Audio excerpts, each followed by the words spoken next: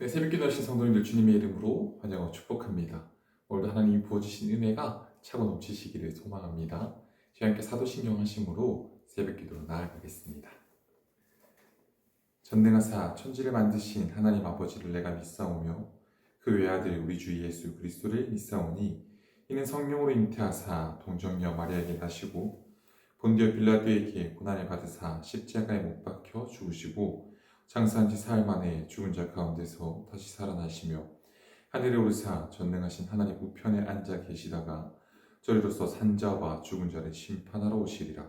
성령을 믿사오며 거룩한 공회와 성도가 서로 교통하는 것과 죄를 사하여 주시는 것과 몸이 다시 사는 것과 영원히 사는 것을 믿사옵나이다. 아멘.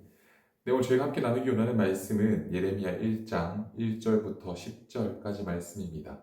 예레미야 1장 1절부터 10절까지 말씀 제가 봉독하도록 하겠습니다. 베냐민 땅 아나돗의 제사장들 중 힐기야의 아들 예레미야의 말이라. 아몬의 아들 유다 왕 요시야가 다스린 지 13년에 여호와의 말씀이 예레미야에게 임하였고 요시야의 아들 유다의 왕 여호야김 시대부터 요시야의 아들 유다의 왕 시드기야의 11년 말까지 곧 5월에 예루살렘이 사로잡혀 가기까지 임하니라. 여호와의 말씀이 내게 임하니라 이르시되 내가 너를 모태에 짓기 전에 너를 알았고 내가 배에서 나오기 전에 너를 성별하였고 너를 여러 나라의 선지자로 세웠노라 하시기로 내가 이르되 슬프도소이다 주 여호와여 보소서 나는 아이라 말할 줄을 알지 못하나이다 하니 여호와께서 내게 이르시되 너는 아이라 말하지 말고 내가 너를 누구에게 보내든지 너는 가며 내가 내게 무엇을 명령하든지 너는 말할지니라.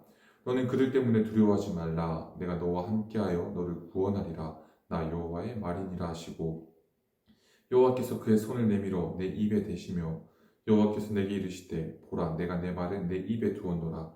보라 내가 오늘 너를 여러 나라와 여러 왕국 위에 세워 내가 그것들을 뽑고 파괴하며 파멸하고 넘어뜨리며 건설하고 심게 하였느니라 하시니라.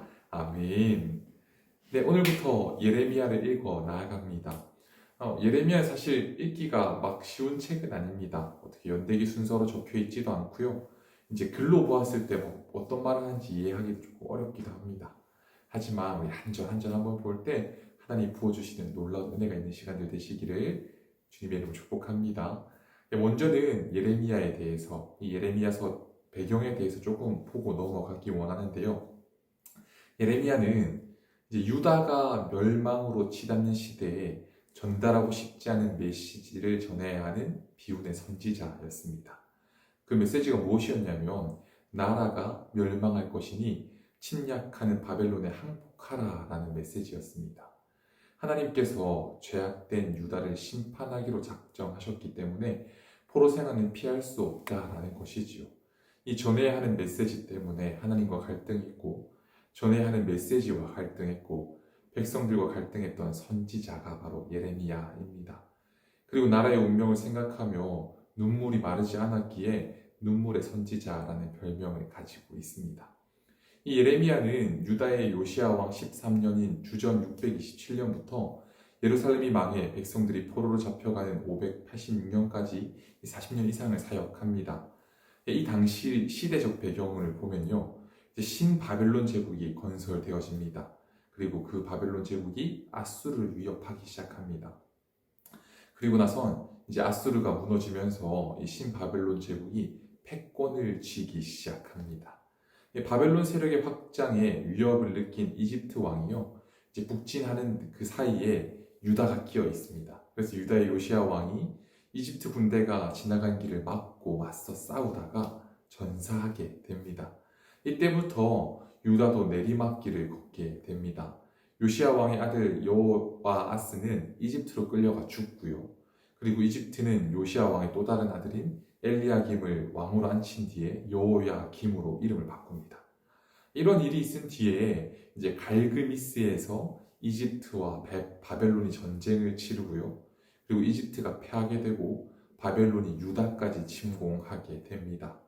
그때 바벨론은 예루살렘의 성전 기구와 소수의 왕족과 귀족들을 데리고 갑니다.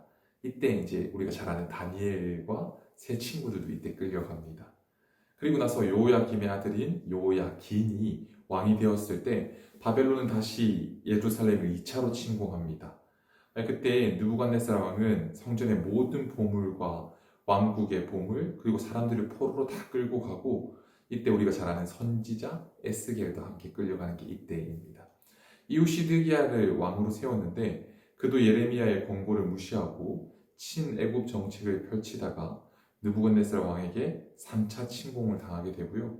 이때 예루살렘과 성전은 회파되고 시드기야는 두 눈이 뽑혀 포로로 잡혀가게 됩니다.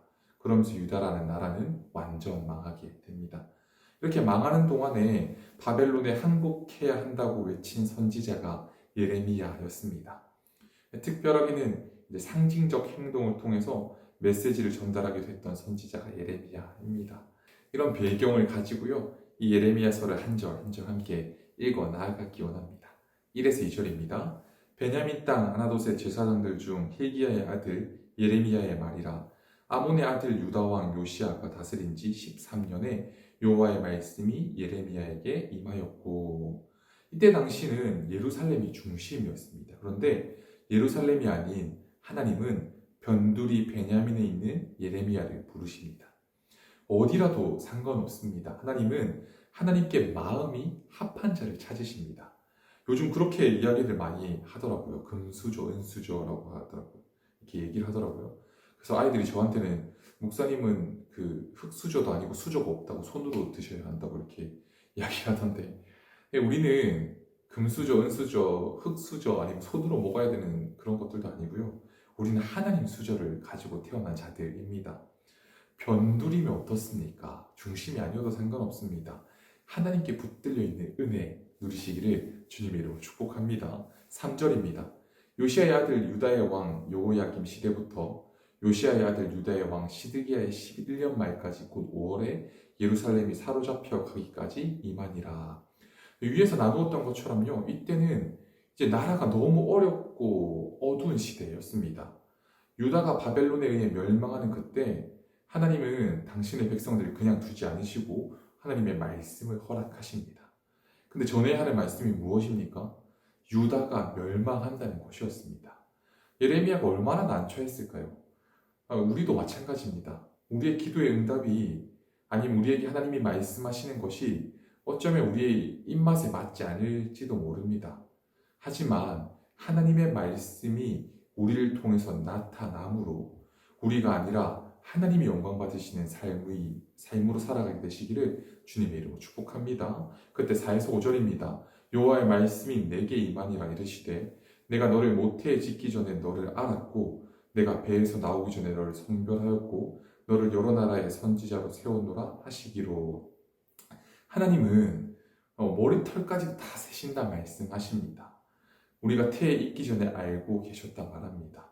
하나님은 사랑 성도님들, 그리고 우리에게 하나님 당신이 원하는 놀라운 계획을 가지고 계신 줄 믿습니다. 6에서 8절입니다. 내 이르되 슬퍼도소이다.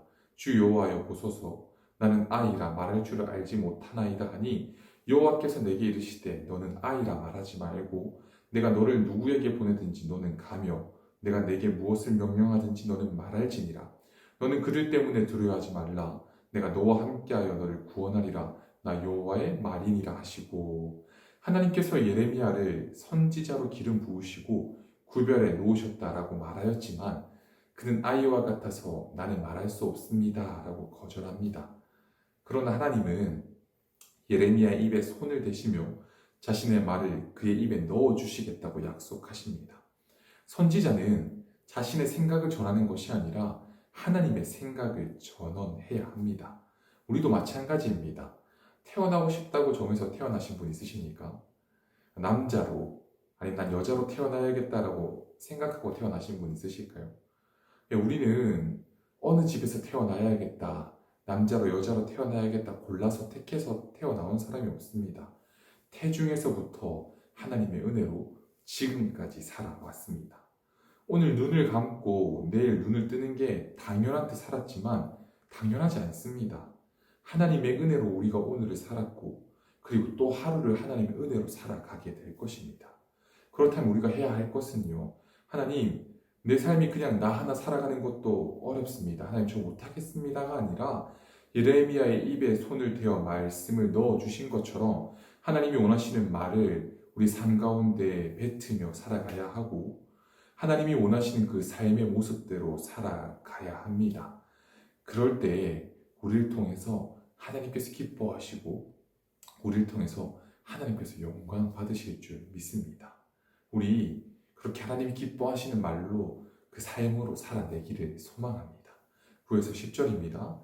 여호와께서 그의 손을 내밀어 내 입에 대시며 여호와께서 내게 이르시되 보라 내가 내 말을 내 입에 두었노라. 보라 내가 오늘 너를 여러 나라와 여러 왕국 위에 세워 내가 그것들을 뽑고 파괴하며 파멸하고 넘어뜨리며 건설하고 심게 하였니라 하시니라. 그때 하나님께서 예레미야를 통해서 그릇된 것들을 부수고 하나님의 나라로 세워가리라 말씀하신 것처럼 우리를 통해서 이 땅 가운데 잘못되어진 것들, 이 땅 가운데 선한 것이 아니라 죄악된 것들을 쫓아가는 것들을 무너뜨리시고 정한 것으로 하나님의 나라로 세워 가실 줄 믿습니다. 사랑하는 성도님들, 하나님께서 성도님들 각 개인을 어떻게 부르시고 계십니까? 분명 어떤 각자의 부르심에 따라 이 아침 이 자리에 나와 계신 줄 믿습니다. 그런데 그 부르심의 자리가 예레미야처럼 나라의 멸망을 외쳐야 하는 자리일 수도 있습니다.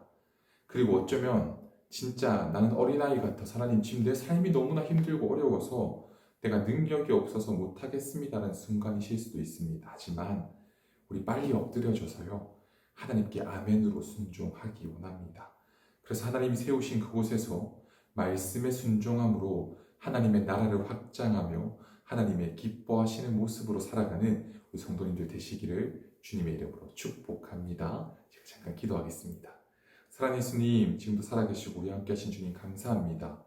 오늘도 우리에게 생명 허락하시고 이 첫 시간을 하나님 앞에 말씀 보고 기도할 수 있게 은혜 베풀어 주심에 감사합니다. 하나님, 우리 이제 예레미야를 보며 나아갈 때 하나님 진짜 하나님의 부르심에 하나님 눈물의 선지자가 아멘으로 순종하여 나아갔던 것처럼 아버지 우리도 하나님께서 우리에게 말씀하신 그 말씀 붙들고 쉽지 않지만 아멘으로 순종하며 이 삶을 살아내며 나아갈 수 있게 하나님 은혜 베풀어 주시옵소서. 그럴 때 하나님 우리의 삶이 우리가 영광받는 삶이 아니라 하나님이 영광받으시는 그런 삶 되어질 수 있게 하나님 은혜 베풀어 주시옵소서. 그렇게 하실 줄 믿으며 우리 주 예수 그리스도 이름으로 기도드렸습니다. 아멘. 오늘 두 가지 기도 제목 붙들고 함께 기도하며 나아가기 원합니다. 첫 번째는요, 하나님의 부르심에 아멘으로 순종하며 나아가게 하옵소서. 두 번째는 우리 위드그린의 기도 제목입니다. 흩어진 나그네의 모습으로 이 땅 가운데 하나님의 말씀을 붙들고 살아가게 하옵소서. 이 두 가지 기도 제목 붙들고 함께 기도하며 나아가겠습니다. 함께 기도합니다.